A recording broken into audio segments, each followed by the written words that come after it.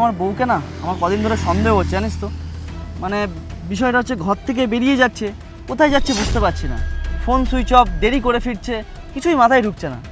আজকে এক কাজ করেছিলাম, ওর গলায় না আমি একটা জিপিএস লাগিয়ে দিয়েছিলাম ওকে ধরার জন্য, কিন্তু জিপিএসটা তো এখানেই পড়ে আছে, বুঝতে পারছি না ও গেল কোথায়। তার মানে কি আমি আমার বউকে ভুল ভাবলাম, মিথ্যে সন্দেহ করলাম?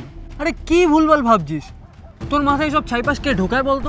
বৌদিকে আমি অনেক দিন ধরে চিনি, ওরকম করতে পারে না।